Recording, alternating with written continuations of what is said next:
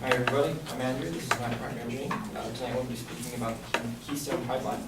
The Keystone XL pipeline should be approved for immediate construction. There are four main reasons why we believe that this should be constructed. The first of which is the pipeline will increase the energy security in the U.S. Second, it will have economic benefits to the U.S. Third, it will create more jobs for the U.S. during its construction. And fourth, it is the most environmentally efficient way to transport oil. Let's begin with some background on the pipeline. The Keystone Pipeline is already in existence and operating. However, we are advocating that an expansion to the existing pipeline, dubbed the Keystone XL, should be approved for immediate construction. The existing pipeline was built in multiple phases, but essentially runs from Alberta, Canada, down to Port Arthur, Texas. There's a branch of the pipeline that splits in the middle from Nebraska east to Illinois. The main goal of the pipeline was to reach the top U.S. refineries that have the facilities and capability to refine the crude oil that the pipeline is carrying.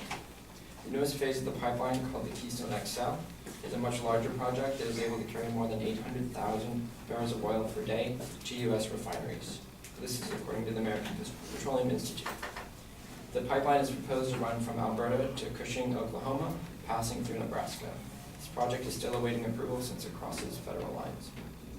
So why does this all matter? Why is it significant? The pipeline will be beneficial to the U.S. because it will increase our energy security, strengthen our economy, create jobs during construction, and open new trade in the U.S. oil industry.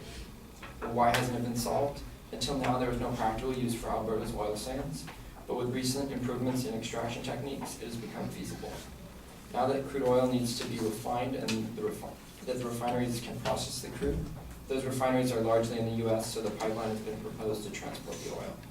It has the ability to help the U.S. strengthen its power in the oil marketplace. In order to solve this issue, building the pipeline from Canada to Texas will increase the amount of oil that is available for U.S. refineries. Energy security. The new proposed XL addition to the pipeline and the existing pipeline will improve U.S. energy security. It seems logical to partner with Canada to establish a pipeline to our most important refineries, since Canada is the largest supplier of oil, providing nearly 2 million barrels a day, which is more than 20% of all U.S. imports. However, the pipeline is not the one and only answer to the energy needs of the U.S. It's simply a part of the broad strategy of energy solutions, but together part of the exploration of new ideas, new areas, and production in the U.S., it could provide up to 92% of the U.S.'s liquid fuel needs by 2035, according to the Pipeline Gas Journal.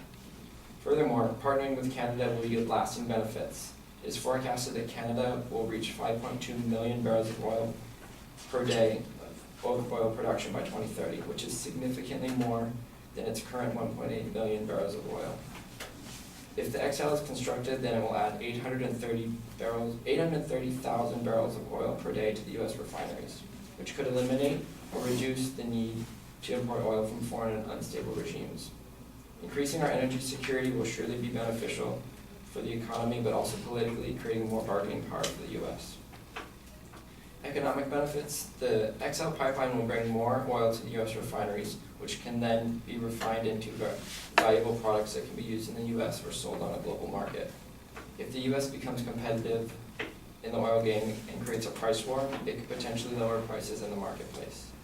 According to the Pipeline and Gas Journal, every dollar that is invested in oil sands in Canada creates about $9 worth of economic activity.